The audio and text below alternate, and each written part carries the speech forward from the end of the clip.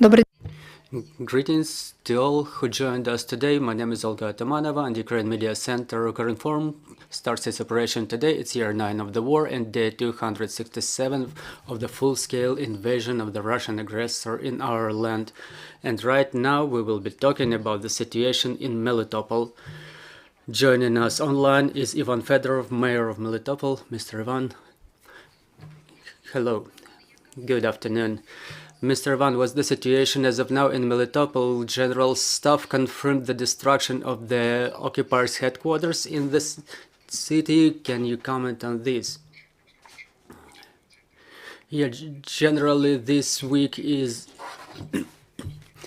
very concentrated in terms of events. The resistance force show very strong resistance in Melitopol and the adjacent areas, which during the last weeks after the Russians started fleeing from the back then temporarily occupied Kherson, the majority of their personnel and heavy material was left in Melitopol region specifically and in adjacent villages. Now they dwell in those villages and they evict people from the villages, and the local population said that they started having a stint work or digging trenches. If before that we were talking that Russians were paying money for that, or they were imprisoning some of the men, and to liberate them they had to have them dig trenches. Now they just force all the local citizens to dig those trenches. Now we're talking about thousands of personnel and thousands of units of heavy material. Due to the fact that Melitopol became the military base for Russians now, and that they see that our resistance forces work against them. I'm talking currently about wounding of a collaborationist who is in the hospital. This week, when this collaborationist was walking out of the house, he was responsible for nationalization of property in Melitopol region. So I'm talking about the work of resistance forces related to destruction of a railway bridge, which was confirmed by our military command. That was the bridge that was used to transportation of heavy material and personnel to the front line in Zaporizhia region. And I'm talking about the destruction of the ammunition silo last week. So all these causes, along with resilience of our people, the Russians, they start another wave of terror. They check the telephones, they force the people to dig trenches, and they invented new propaganda means, because they understand the old propaganda doesn't work. What they used to say, Russia is here forever, or Ukraine is never coming back, Ukraine forgot about you and will never pay any pensions or wages to you. So old propaganda doesn't work. Ukraine brings its land back. Ukraine didn't forget anything. So the new propaganda is to ascribe the name of a hero city to Melitopol and Mariupol, but that's completely incomprehensible story. And they're saying about the land corridor that they will never give up to Ukraine. So they build fortifications, they dig trenches, and they commit terror against civil population in many areas. Mr. Ivan, as to the humanitarian situation in Melitopol, did people make it? Do the people have water, power supply, heat supply, or are they deprived of that now? Well, the situation is absolutely unpredictable. This week we had long power shutdowns, which resulted in shutdowns of water and heating supply. That was due to the fact that the Russians have full control of the nuclear power plant. And now the electricity supply comes from Crimea, and people spend a lot of time without lights, and it's unpredictable when it goes on and off.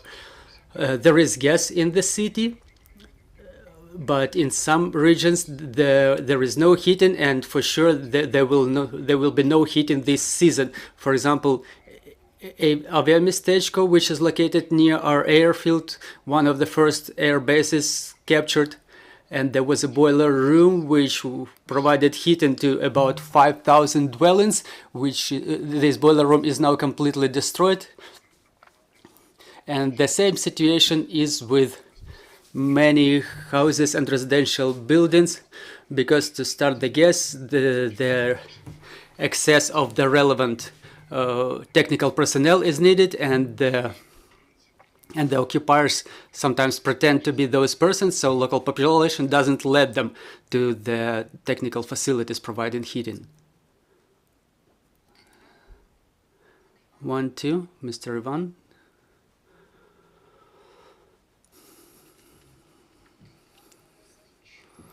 We're not hearing you, sir.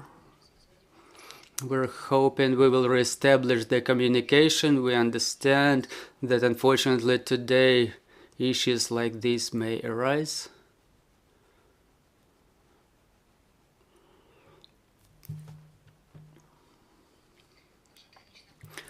Our technical team is trying to reestablish communication with Ivan Fedorov. I will remind you, we're having Ivan Fedorov, mayor of Melitopol, joining us online.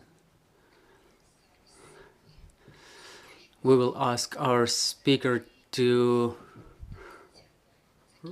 try to reestablish the connection on his end, and maybe we will be able to finish this conversation.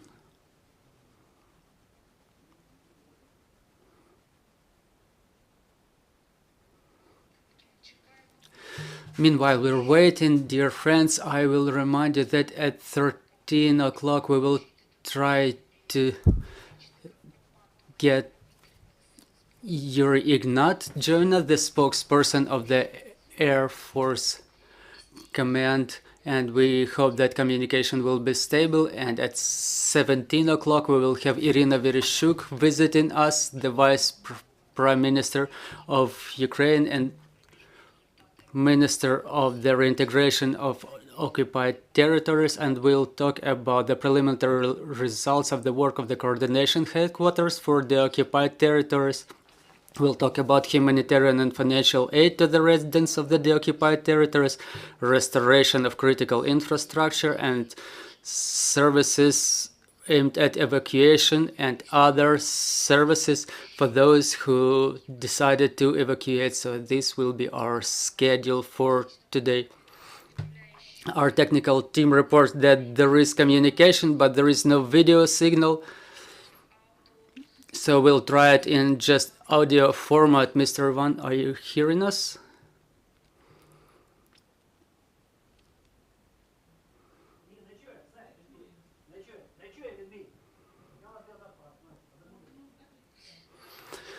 Unfortunately, we cannot reestablish the communication. We understand that technical problems, internet issues, we're having them across all of Ukraine. So hopefully we will finish our conversation a little bit later. So I will remind you, our next briefing is at 1300. Bear with us, trust in our armed forces, and let's continue working for our victory. Glory to Ukraine.